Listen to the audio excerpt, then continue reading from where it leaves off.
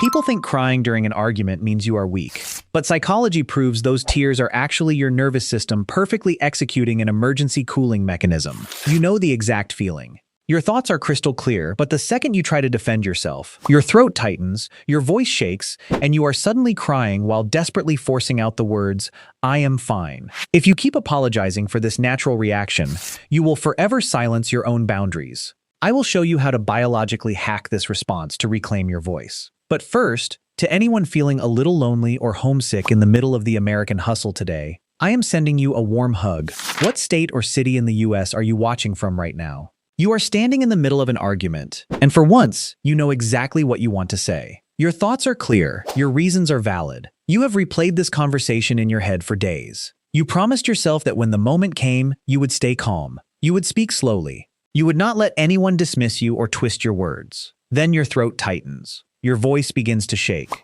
Your eyes start burning, and before you can stop it, tears appear. Suddenly, the argument is no longer about what happened.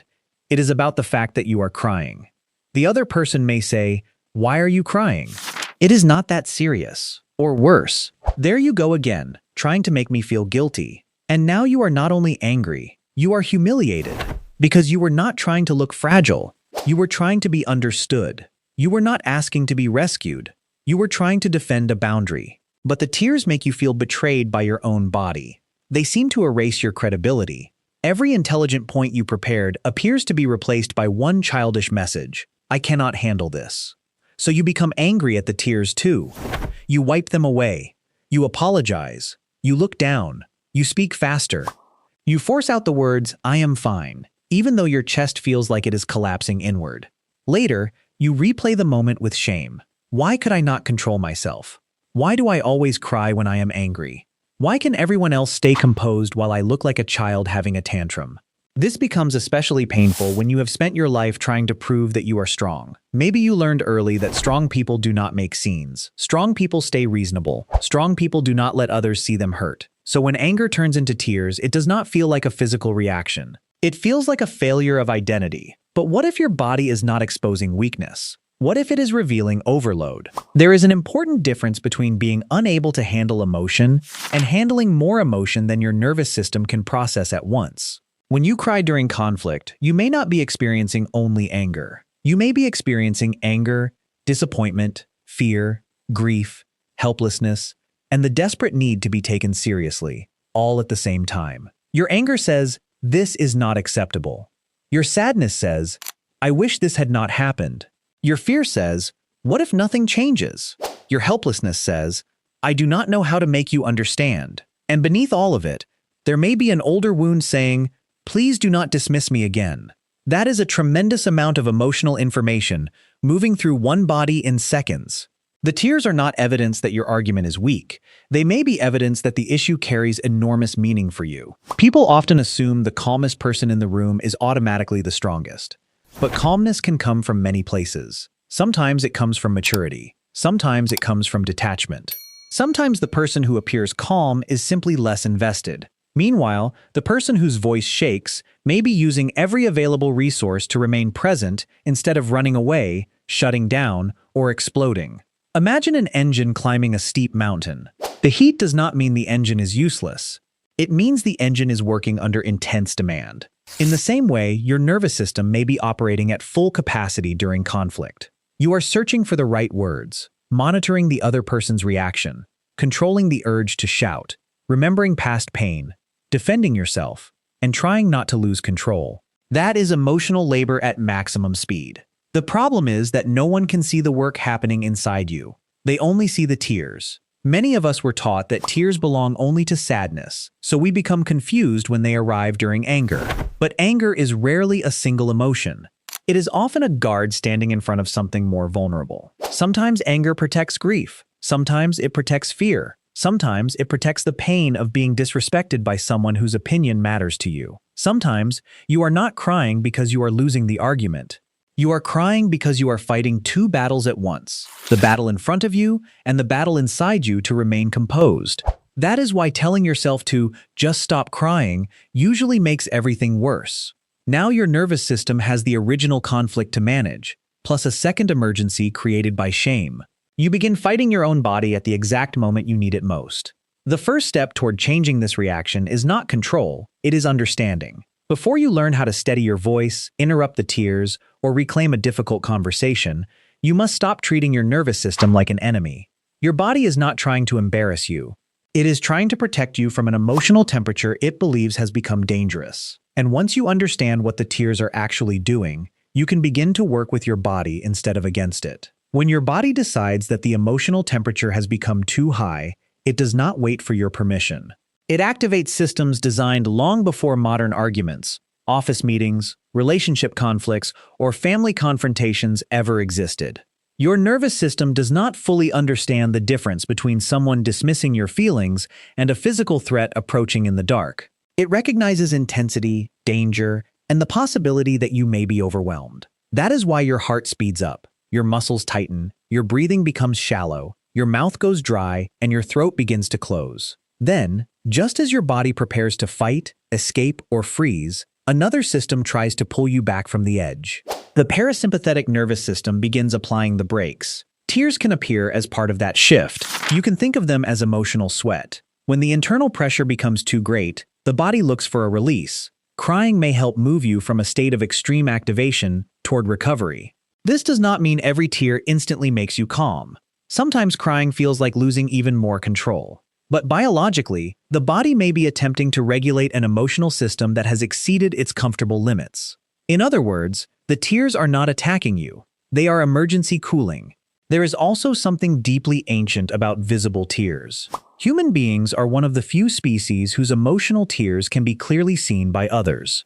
They communicate vulnerability without requiring words. Research has suggested that human tears may contain chemical signals capable of reducing aggression in certain situations. Scientists are still studying exactly how this works, and it should not be treated as a magical shield. But the larger message is powerful. Your body may be sending a primitive signal that says, "This person is overwhelmed. Reduce the threat." Thousands of years ago, that signal may have helped prevent conflict from becoming fatal. Your nervous system still carries that old survival intelligence. Even when the predator in front of you is a partner, parent, coworker, or stranger who refuses to listen. Your body is not trying to ruin the conversation. It is trying to keep the conversation from destroying you. Understanding this changes the goal. The goal is not to become a person who never cries. The goal is to lower the level of activation enough that you can continue speaking while remaining connected to yourself. When you feel the first signs, the burning behind your eyes, the trembling jaw, the pressure in your throat, begin with your body before arguing with your mind. Lift your chin slightly and direct your eyes upward for a few seconds.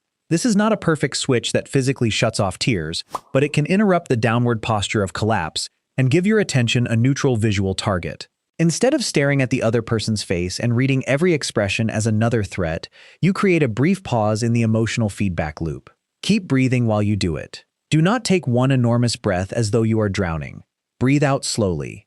A longer exhale tells the nervous system that immediate danger may be passing. Then give your brain a task that has nothing to do with the conflict. Start at 100 and subtract 7. 100, 93, 86, 79. It may feel ridiculous in the middle of an argument, but that is partly why it works. Mental calculation asks the prefrontal cortex, the part of the brain involved in attention and deliberate reasoning, to re-enter the room. You are not trying to solve advanced mathematics. You are interrupting the emotional flood long enough to recover choice. If subtraction is too difficult, count objects with a specific feature. Find 5 straight lines. Notice 4 blue objects. Name 3 sounds. The exact task matters less than the shift from emotional interpretation to concrete observation. Next, drink water if it is available. Do not use the water as an excuse to disappear in shame. Use it as a strategic pause. Swallowing changes the activity in your throat and interrupts the tightening that makes your voice sound trapped. It also forces you to stop speaking for a moment, which may prevent you from rushing into words you do not mean. That single sip can become a boundary between reaction and response. But the most powerful shift is not physical. It is the moment you stop apologizing for having a nervous system. Many people immediately say, "I am sorry. I do not know why I am crying." That apology hands the other person authority over the meaning of your tears. It implies that your body has made your point less valid. Instead, name what is happening without surrendering your position. You can say, "This is a physical stress response because this matters to me. Please ignore the tears and listen to what I am saying." Or, "I am emotional, but I am still clear about my point." Or simply, "I can continue. Give me a moment." These sentences do something important. They separate your tears from your capacity. You are telling the other person and reminding yourself that emotion and clarity can exist together. You do not have to become cold in order to become credible. You only have to remain anchored long enough to finish the truth you came to speak. And sometimes, finishing that truth will require more than one conversation. There may be moments when your nervous system is simply too activated to continue. In those moments, strength does not mean forcing yourself to stay until you break. It means recognizing when your body has crossed the line between discomfort and overload. You are allowed to say, "I want to continue this conversation, but I need 10 minutes to regulate myself." That is not avoidance when you return as promised. It is discipline. A strategic pause is different from walking away to punish someone. You are not disappearing, slamming a door, or using silence as a weapon. You are protecting the quality of what happens next. During that pause, do not spend 10 minutes rehearsing everything you hate about the other person. Do not build a courtroom in your mind and collect more evidence against them. That will keep your nervous system trapped inside the same threat. Instead, place both feet on the ground. Feel the pressure beneath your heels. Relax your hands. Unclench your tongue from the roof of your mouth. Look around and remind yourself where you are. You are not trapped in your childhood home. You are not powerless. You are not the younger version of yourself who had to remain silent to stay safe. You are here, now, and you are allowed to choose your next sentence. When you return, speak in shorter statements. Emotional overload often makes people explain too much. You begin producing paragraphs because you believe that if you find the perfect combination of words, the other person will finally understand. But sometimes more words only give someone more opportunities to interrupt, distract, or twist your meaning. Try one clear sentence. "What you said was disrespectful. I will not continue this conversation while I am being insulted. I need you to answer the question I asked. My tears do not change my boundary." Then stop. Let the silence carry part of the message. You do not need to fill every empty space. You do not need to rescue the other person from the discomfort created by your honesty. This may feel unnatural at first, especially if you learn to keep peace by over-explaining yourself. But a boundary is not a debate you must win. It is a decision you communicate.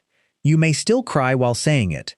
Your hands may shake. Your voice may crack. Courage does not require a steady voice. It requires a truthful one. After the conflict ends, resist the urge to turn the entire experience into evidence that something is wrong with you. Do not punish yourself for every tear, pause, or imperfect sentence. Ask better questions. Instead of asking, "Why am I so weak?"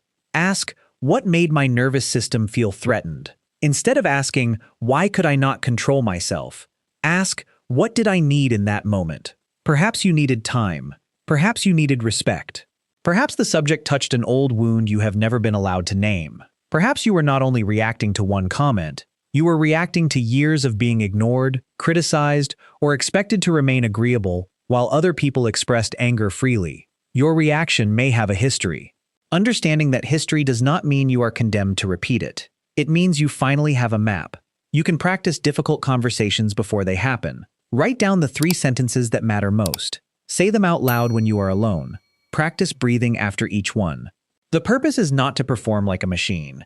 It is to make the words familiar enough that your brain can find them under pressure. You can also notice which people make your body feel unsafe. Some people see tears and become gentler. Others see tears and use them as an opportunity to gain control. If someone repeatedly mocks your emotions, dismisses your boundaries, or turns your vulnerability against you, the problem may not be your inability to communicate. The problem may be that you are trying to create emotional safety with someone committed to misunderstanding you. Not every conversation deserves unlimited access to your nervous system. You are allowed to leave conversations that become cruel. You are allowed to protect your peace without proving that you are strong enough to tolerate disrespect. And you are allowed to seek support when crying, panic, anger, or emotional flooding begins interfering with your relationships or daily life. A therapist can help you understand the deeper patterns without treating your sensitivity as a defect. Because sensitivity is not the opposite of strength. The same nervous system that makes you feel pain deeply may also allow you to notice what others miss. It may be the reason you sense tension before anyone speaks. It may be why people feel safe telling you the truth. It may be the source of your compassion, imagination, intuition, and creativity. The goal is not to destroy that sensitivity. The goal is to stop letting shame control it. For too long, you may have believed that a powerful person must appear untouched. But real power is not emotional numbness. Real power is the ability to feel something fully without abandoning yourself. It is standing there with tears on your face and still saying, no. It is allowing your voice to tremble and still telling the truth.